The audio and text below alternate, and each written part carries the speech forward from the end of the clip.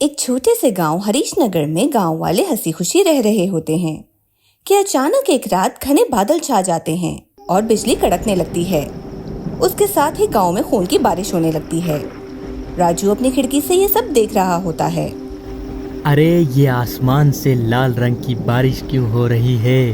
अरे ये कोई लाल रंग नहीं है, ये खून लगता है। साथ ही चुड़ैल के हंसने की आवाजें आने लगती हैं।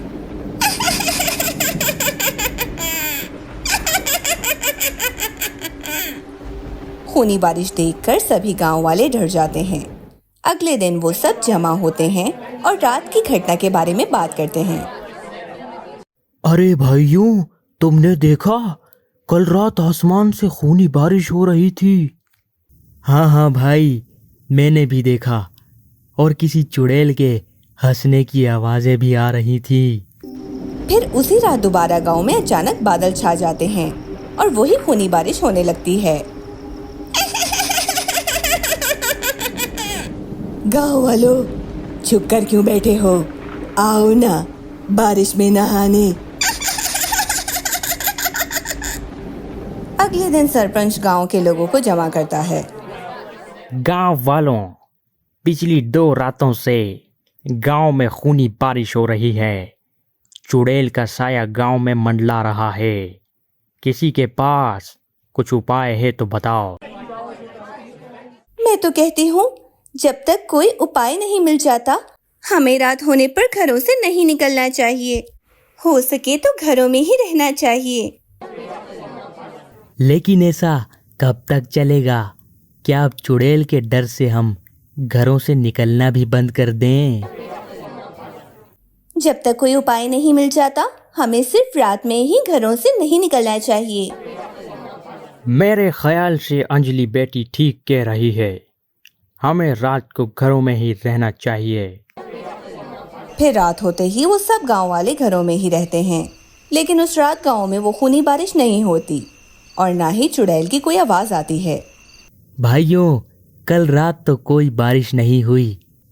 लगता है गांव पर से चुड़ैल का साया हट गया है। अब हम अपने काम काज के लिए घरों से रात में भी निकल सकते हैं। उसी रात राजू अपने खेत में जाने के लिए निकलने लगता है। अंजलि, मैं खेत में जा रहा हूँ। अजी, क्या जरूरत है आपको खेत में जाने की? अरे भाग्यवान, 3 दिन से उस बारिश के चक्कर में खेत नहीं गया। और वैसे भी अब तो उस खूनी बारिश का आतंक खत्म हो गया है। अगर ऐसे ही घर में बैठा रहा तो कैसे काम चलेगा? ये कहकर राजू खेत के लिए निकल जाता है। जल्दी जल्दी काम निपटा लेता हूँ और घर चला जाता हूँ। वो खेत पर काम कर ही रहा होता है। अचानक बादल छा जाते हैं और वही खूनी बारिश होने लगती है। अरे मर गया रे, ये बारिश कहाँ से आ गई? ये तो फिर से होने लगी। मैं तो समझा था कल नहीं हुई तो अब भी नहीं होगी। अब क्या करूँ? मर गया मैं तो। राजू भागने लगता है कि वहाँ वही चुड़ैल आ जाती है। कहाँ भाग रहा है? चुड़ैल, कल तो तुम गांव वाले मुझे धोखा देकर घरों में छुप गए थे, इसीलिए मुझे वापस जाना पड़ा। आज नहीं छोड़ूंगी। चुड़ैल, पहले मुझे पकड़ कर तो दिखा, फिर छोड़ने की बात करना। इतना कहकर राजू अपने बेलचे से चुड़ैल को मारने के लिए आगे बढ़ता है। चुड़ैल अपनी शक्तियों का इस्तेमाल करती है और राजू के हाथ से वो बेलचा गिर जाता है। हाँ, मुझे मारने आ रहा था। तुझे क्या लगता है तू इतनी आसानी से बच जाएगा? रुक, मैं अभी तुझे बताती हूँ। वो चुड़ैल आगे बढ़ती है कि इतने में पीछे से राजू की पत्नी गांव वालों के साथ वहां आ जाती है। चुड़ैल, इतनी जल्दी भी क्या है? पहले मैं तेरे लिए कुछ ताजा खून लाई हूँ, ये पी ले, फिर हमें खा लेना।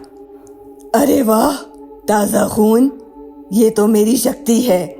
वैसे भी मेरा बीपी लो हो रहा था, अब थोड़ी जान में जान आएगी। चुड़ैल आगे बढ़कर उस कटोरे से वो खून पीने लगती है। दरअसल वो खून नहीं होता, बल्कि अंजलि ने पानी में लाल रंग मिलाया होता है। चुड़ैल वो पानी पीते ही जलने लगती है। ये तूने अच्छा नहीं किया। नहीं बचोगे। आ भाग्यवान, तुमने बचा लिया। लेकिन ये चुड़ैल खून पीकर जलने क्यों लगी? इस कटोरे में खून नहीं बल्कि पानी था, जिसमें मैंने लाल रंग मिलाया था। क्या पानी में लाल रंग? मुझे पता था ये खूनी चुड़ैल है, और खून को पानी ही साफ करता है। पानी पीते ही इस चुड़ैल की सारी शक्तियां खत्म हो जाएंगी, और ऐसा ही हुआ। वाह अंजलि बेटी, तुमने सारे गांव की जान बचाई है आज।